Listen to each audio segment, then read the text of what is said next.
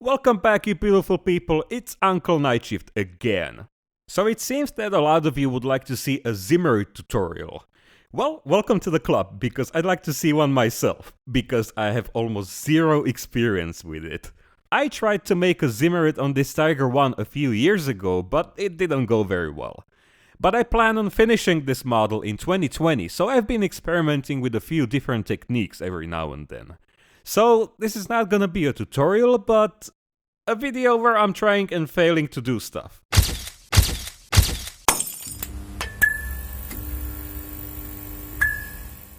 Okay, so what you see here is my failed attempt at my first serious Zimmerit. I'm saying serious because it's one of my more recent attempts, because those few experiments when I was a kid are not even worth mentioning, but I'm gonna show them to you anyway.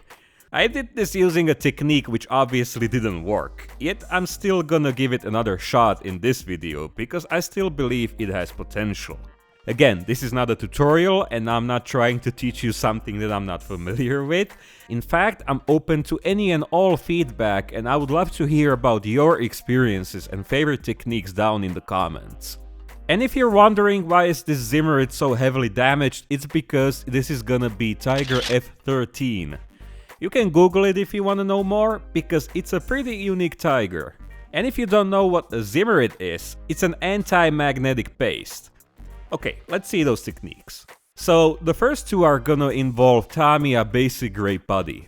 Even though I use it for many things, in this case, it just doesn't work for me. Here's a technique I used as a kid. So you spread the putty on the surface, and use a small flat screwdriver to create the pattern.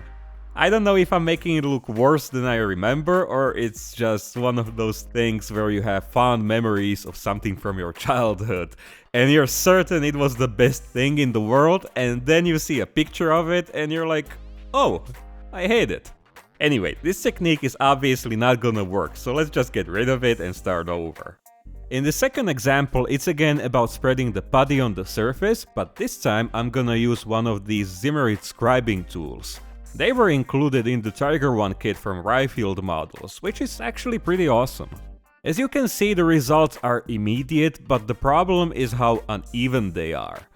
This could be totally about more practice, because I've seen people have success with this method, but it never really worked for me.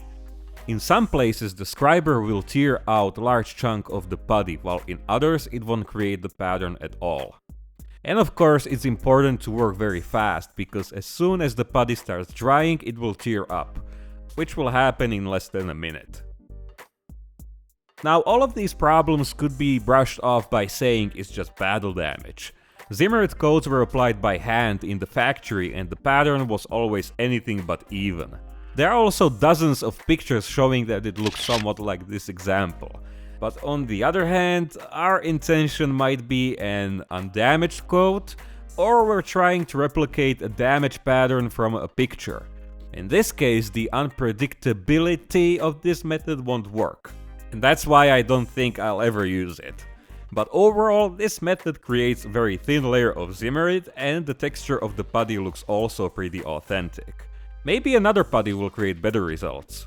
For the second experiment I will use Mr. Filler from MRP. It's almost the same type of putty like Tamiya, but it's dark yellow, more diluted, and dries slightly slower. In this case I can immediately tell it works better. The putty stays workable for longer and it doesn't tear up. I still obviously need to work in small segments, but that's totally okay. One thing I didn't mention in the previous example is the method of creating the pattern, but you probably already noticed it anyway. So, I drag the scriber sideways for about 5mm, then I stop, move it up or down a little to mark the end of the column, and continue. What I like about this putty is that you can go back and fix a mistake for a while, but again, there's very little time for that, I'd say about 2 or 3 minutes max. One other thing, but this is completely just because I don't have enough practice, but it's that I'm just not able to keep those horizontal ridges going straight. Again, this could be remedied by more practice, but at the same time I'm not really bothered by it because, again, historical photos showed that it was a common thing in real life. Even though factory workers use different tools, they kept making the same mistakes as me. Now I don't know if I should call it a mistake if it's actually realistic. Another thing is that removing this type of putty is not as easy because it bonds with the plastic. This actually reminds me that I forgot to mention another drawback. It's necessary to mask the rest of the model where Zimmerit isn't supposed to be. And if there are supposed to be any large patches of missing Zimmerit, then it's easier to mask them as well. Another problem is when there are tiny surface details in your way, like bolts or tool clamps. But from what I've seen, most modelers usually remove them, very carefully of course, apply the Zimmerit, and then glue them back. If I ever decide to use this method, I would probably do it the same way. Overall, I like the result a lot. It's thin and looks in scale. The texture is okay, not as gritty as Tamiya, which honestly looked better. And it's also possible to create pretty nice flaking and damage. Let's now try another method with my favorite Tamiya epoxy putty. This is a two-component putty which you need to mix together first until the white and yellow parts blend into a sand-colored chewing gum. Now this is where things get funny, because I'm gonna roll it into a thin tarp, so to say. For this, it's important to use lots of baby powder to prevent the putty from sticking to this expensive looking ornamental platter and the battery.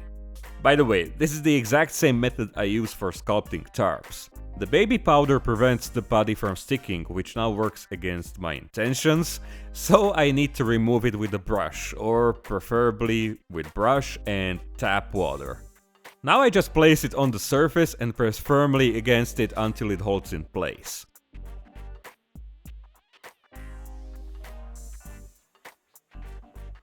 For this technique, I'll be using a Zimmerit rolling tool from, I think it's from Trumpeter? It's the same concept as other brands who make these tools, so I don't think the brand is all that important. To prevent it from sticking to the putty, it's important to use lots of tap water. Some modelers use mineral oil, but I haven't tried that one yet. The process is as straightforward as one would imagine. Again, I would need more practice to keep the effect consistent, but this is the same method I used on that tiger I showed you. The funny thing is, I initially wanted to show you this method because of how miserably it worked on the tiger. The putty didn't hold on the surface and it was constantly falling off while I was creating the pattern, but for some reason, this time, it just works. Maybe I was more successful with the baby powder removal. What I like about this technique is how clean the whole process is. If you're not happy with it, you can safely remove the putty even after it's fully dry. That's actually what I'll do with the tiger. I'll just strip the Zimmerit down and start over. I also like how easy it is to create flaking and damage and how it resembles the real thing. Now what I don't like is that I'm just not able to make the putty thin enough. Even though there are photos showing that the Zimmerit was often applied in thicker layers. I mean, just look at the shadow it casts here. And when translated into 1/35th scale, it would pretty much look like this. Yet I'm still not sure how it would look once painted with all the weathering effects on top of it. But probably the best thing I like about this method is how much time you have to play around with it. While the plastic putty gives you about 3 to 5 minutes to work with the pattern, and then once it starts to solidify, it becomes harder to scrape away. Here you have about an hour, and in fact you can create battle damage even when it fully dries. So even the next day. But still, even this method can get unpredictable at times. Here's exactly what kept happening to me while working on that tiger. This happens when the putty won't hold in place and the rolling tool starts lifting it up. And then it makes this wavy pattern, which looks bad. Of course, this can be removed and presented as more battle damage, but if it keeps happening all the time, then it's just not fun anymore. But I think this is again a matter of practice and getting to understand the tools and mediums more. Overall, I like this technique and the results as well. But I'm still concerned about the thickness of the Zimmerit. But from what I've seen on other models, the paint and weathering effects will tone it down. Not by covering it, but by making it optically less obvious. Now the last method that I tried but just don't seem to get it right, although it's the most common one, is to place the putty on the model and spread it as thin as possible. The previous technique with the baby powder? That's what I came up with after failing at this method. For some odd reason, I'm just never able to spread the putty into a thin enough layer. But the benefit of this approach is that the putty holds super strong and won't fall off on its own while you're texturing it. The obvious downside is the uneven and mostly overly thick layer of putty. But this isn't very evident if the Zimmerit is applied in one smooth layer without any flaking or damage. But this unfortunately isn't my intention, so I probably won't try to use this method again. And I also tried it with Magic Sculpt, but that one didn't even hold on the surface for some reason. Anyway, that's all I wanted to share with you tonight, my friends. If you have your own experiences with Zimmerit, please leave them in the comments because I'd like to soak up as much information as I possibly can before I attempt this on the Tiger 1. I'm obviously not interested in photo-etched or resin Zimmerit sets, because photo-etched Zimmerit is pretty much obsolete at this day and age, while the resin ones look awesome, but I still find them a little thick for my taste. So, I don't know, right now I can't even decide which one of these methods I like more, but the funny thing is, each one replicates a specific style of Zimmerit quite accurately, or would replicate it accurately if I put more time and effort into it.